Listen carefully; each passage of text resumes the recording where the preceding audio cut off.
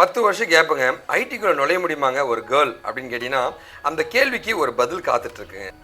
ECE எனக்கு ID பற்றி ஒன்றுமே தெரியாதுங்க, கோடிங் எதுவுமே தெரியாதுங்க, ஆனால் கண்டிப்பாக நான் வேலைக்கு போகணும், நேர்மையாக போகணுன்ட்டு ஒரு பொண்ணு வந்து என்கிட்ட பேசிகிட்டு இருந்தாங்க. அவள் தான் என்னுடைய தங்கை ஜூனியா.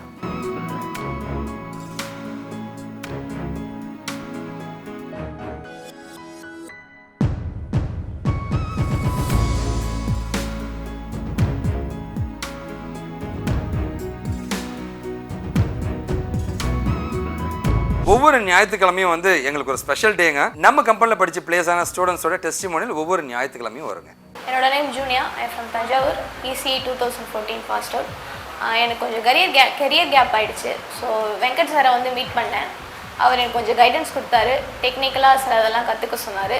ஸோ அதை பேஸ் பண்ணி டெக்னிக்கலாக கொஞ்சம் ஸ்ட்ராங் ஆனதுக்கப்புறம் இன்டர்வியூஸ் அட்டன் பண்ணேன். இப்போ ஒரு நல்ல கம்பெனியில் ப்ளேஸ் ஆகியிருக்கேன்.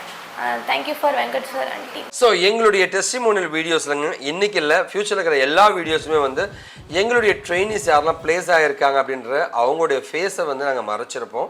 அது இல்லாமல் வந்து அவங்க எந்த கம்பெனியில் ப்ளேஸ் ஆகிருக்காங்க, அது எவ்வளோ சேலரியில் ப்ளேஸ் ஆகிருக்குன்றது அவங்க ரெக்வஸ்ட் படி வெளியில் சொல்ல வேண்டாம்னு கேட்டதுக்காக அதை பற்றி இன்ஃபர்மேஷன்ஸ் எதுவுமே நாங்கள் பாஸ் பண்ண மாட்டோம். தயவு செஞ்சு இதை யாரும் தப்பாக எடுத்துக்க வேண்டாங்க.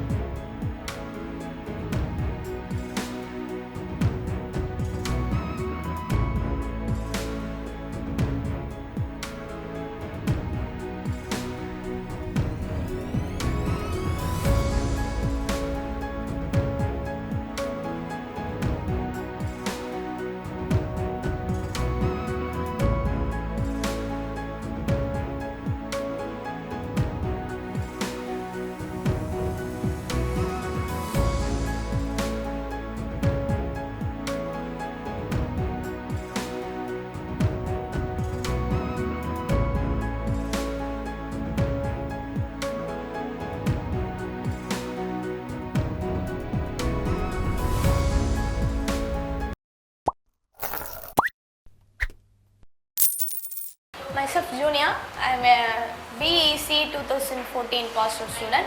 ஈசியில் இருந்து ஒரு ஐடி கம்பெனிக்கு வந்திருக்கீங்க, நான் ஐடிலேருந்து ஐடிக்கு வந்திருக்கீங்க. இதை பற்றி என்ன சொல்கிறீங்க? இது எப்படி வரணும்னு உங்களுக்கு தோணுச்சு?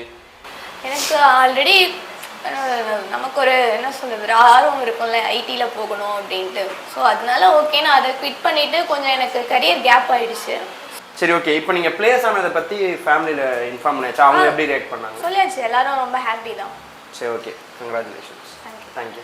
நிறைய பேர் காசு கொடுத்து தான் வேலைக்கு போக முடியும், நேர்மையாக போக முடியாதுன்னு சொல்லும் போது என் தங்கச்சி ஒருத்தி மட்டும் அண்ணா நான் நேர்மையாகவே போகிறேண்ணா, உங்ககிட்ட நான் படிக்க போகிறேண்ணா அப்படின்ட்டு படித்தாங்க.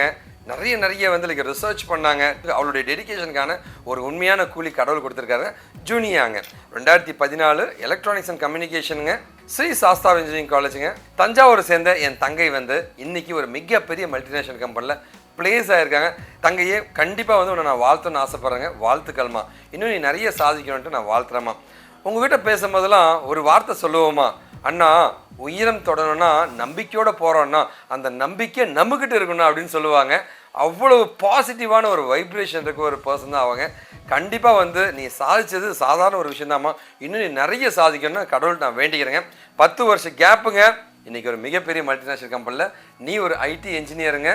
நேர்மையா வாழ்த்துக்கள்மா. ஐடி ஃபீல்ட் டவுன்ன்றாங்க, ரெசிஷன்றாங்க, லே ஆஃப் பண்றாங்க, ஆப்பர்ச்சுனிட்டிஸ் எப்படி தான் இருக்கு? அதெல்லாம் நிறைய இந்த கம்பெனிலே சதமா பேசுங்க. இப்போ நான் போன கம்பெனிலே இன்னும் நிறைய பேருக்கு கால் பண்ணி இன்டர்வியூ ஷெட்யூல் பண்ணிட்டு தான் இருக்காங்க. நல்ல ஓப்பனிங்ஸ்லாம் இருக்குதான். ஓப்பனிங்ஸ் இருக்கு. உங்களுக்கு வேலை கிடைச்சோன்றீங்களா? கண்டிப்பா படிச்சா வேலை கிடைச்சுமா?